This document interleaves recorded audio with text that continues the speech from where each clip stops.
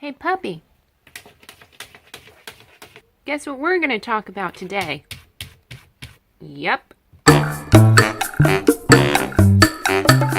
Hey guys, it's Jasmine, and that was Puppy.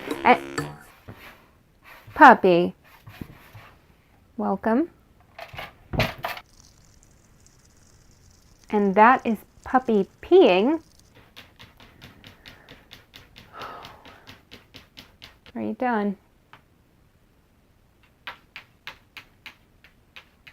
That happens to align with what this video is about perfectly, because today we are talking about how raw cat food changes your kitty's digestion, or more accurately, what to expect in the litter box when it comes to your cat's pee and poop. If you are new to this channel and are interested in raw cat food and kitty nutrition and health tips, as well as fitness and nutrition tips for humans, then make sure that you click that subscribe button below, as well as the little bell icon that's right next to it, because we do put out new videos every Catterday. Now, a while back, I posted a video taking you through my routine when it came to scooping Puppy's kitty litter, to mainly give you a brief idea of how I go about it and his regularity, and just remind you of some of the benefits that a raw food diet can provide when it comes to poop, specifically how it is completely odorless. And of course, let us not forget the ode to scooping the poop in the litter box, thanks to Kanye. Whoopity-scoop,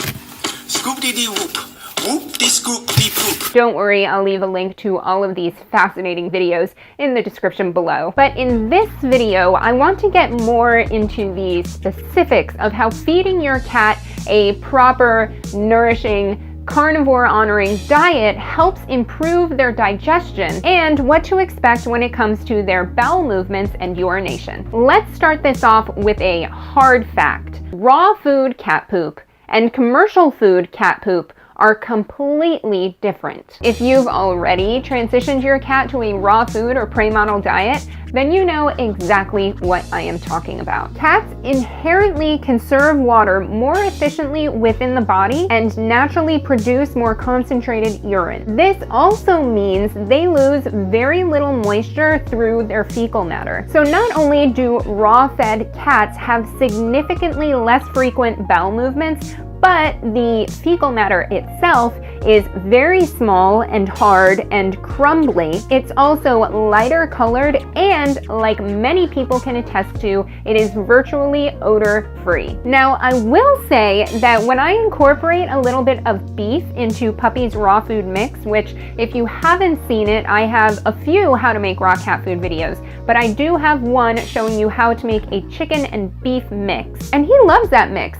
But I did notice that whenever I make it, I can kind of smell a slight odor coming from his litter box after he goes number 2. Now, I still have to research this, so I can't tell you exactly why that may happen when he eats beef as opposed to just chicken or turkey or lamb. But even in those occasions when I do notice that slight odor, it does not compare at all to the stinky stools that come from the litter box of cats who eat commercial food diets. And that goes not only for the obvious worst cat food in the world, which is dry kibble commercial cat food, but it actually also goes for the wet canned food. Cats have a very short and acidic digestive tract, and their systems are naturally built for a meat-based diet. So when you feed them such a diet, namely raw cat food or the prey model diet, not only will their health and function improve due to better bioavailability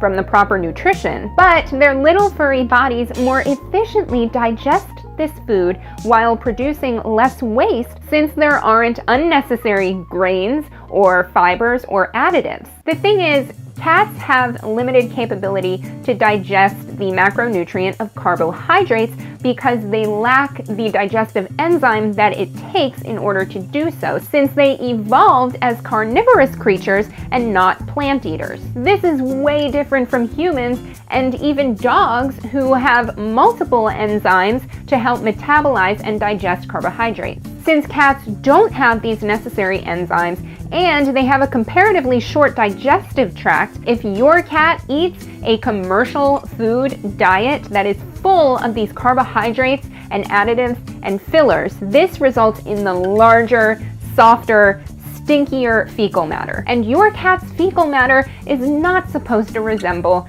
the poop emoji and be large and soft and stink up the house and have eyeballs, obviously. Now, all that said, to keep tabs of your kitty's health, one of the best things that you can and should do is to be aware of your cat's individual bathroom habits. Puppy, for example, visits the litter box about 3 or 4 times a day that I've noticed. Typically, it's once in the morning between 5 and 7 a.m. before he has his breakfast, a couple times throughout the day, one of which is typically right before his dinner time, which is what you guys just witnessed, and one last time, usually right before bed, which could be anywhere between 9 p.m. and midnight. My best guess is that he poops 1 to 2 times a day in those visits to the litter box, and typically that produces about a 1/4 cup to a 1/3 cup of small, dry, hard fecal matter. But another perfectly healthy cat may pee in the litter box 5 times a day and have half the amount of poop that I experience with Puppy. So that's why the frequency and amount of the urine and fecal matter depend on each individual cat. This is another reason why it is so important to scoop and clean your cat's litter box at least once a day for 1 cat and twice a day for 2 cats, and so on and so forth, ideally at the same time each day. Not only is it courteous to your fur baby because you are keeping it clean, but it is also a way to gauge your cat's health and monitor if there are any changes that could cause some concern. For example, if your cat normally pees 3 to 4 big clumps every day, but a couple of days go by and you don't notice any urine, or it could be the complete opposite and you're noticing double the amount of urine and nothing has changed in regard to your cat's diet or feedings, that's when it's a good idea to keep your eye out and see if you notice any other questionable symptoms, or to go ahead and take your cat to the vet just to get checked out and make sure everything is okay. And another side note that I'm pretty sure I've mentioned a couple times in videos before, but you always want to make sure that you have as many litter boxes in your house as you have cats. Also keep in mind that whenever you do change your cat's diet, especially if it's drastically, like if you have changed your cat's diet from dry, crappy kibble to a raw cat food diet, then it always takes a little bit of time for their digestive system to adjust. And if you are concerned that your cat is legitimately constipated, or if you're wondering about what can cause diarrhea or loose stool, or if you are just wanting to decode the different colors and textures of the stuff that comes out of your cat's tail end, then make sure to click that subscribe button below, because I will have a video answering those questions in an upcoming Catterday video. So just click that subscribe button and the little bell icon right next to it if you want to get notified when that video goes up. As for today, we can summarize by saying when your cat is eating the proper nutrition or a raw cat food diet, a healthy expectation when it comes to the litter box is small, dry, hard poops, and probably half the amount of fecal matter in volume compared to what your cat had when eating a commercial food diet, at least 2 clumps of urine per day, but understanding that the exact amount depends on your individual cat, and that's why it is so important to monitor what goes on in the litter box, because it is also a great gauge to ensure that your cat is healthy. Also, congratulations, because your cat's poop literally doesn't stink. Alright guys, please remember to click that thumbs up below if you found this video interesting